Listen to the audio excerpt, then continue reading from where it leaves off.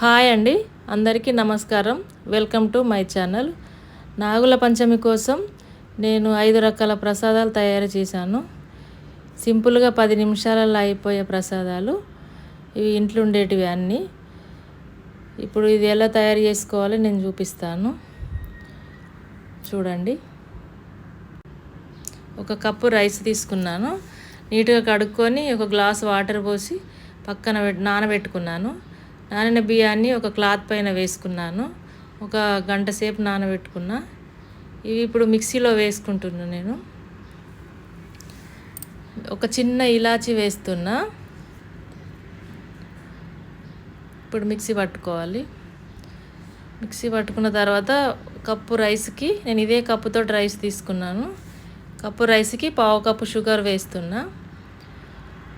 పిండిలోనే వేసుకోవాలి. పిండి ఎలా మెత్తగా వచ్చింది. ఇది జల్లించుకోవాల్సిన అవసరం కూడా లేదు. కొంచెం బియ్యం డ్రై అయిన తర్వాత పట్టిన కాబట్టి చాలా మెత్తగా అయిపోయింది పిండి. ఆ పిండిలోనే షుగర్ వేసుకుంటున్నా. ఇప్పుడు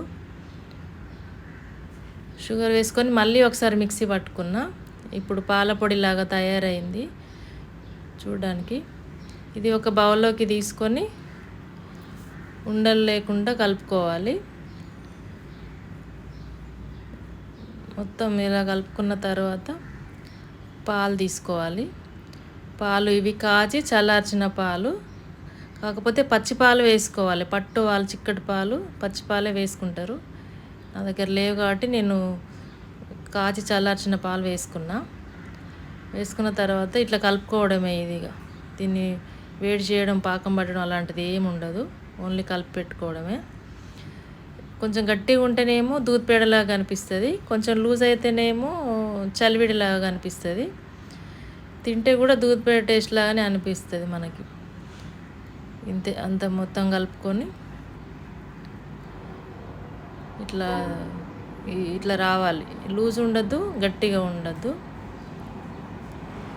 ఇప్పుడు పచ్చిపిండి ప్రసాదం రెడీ అయిపోయింది. అంతే దీని ప్రాసెస్. ఇప్పుడు నువ్వులు, 3/4 కప్పు నువ్వులు తీసుకున్న, పచ్చివే శుభ్రంగా చేసుకున్న నువ్వులు.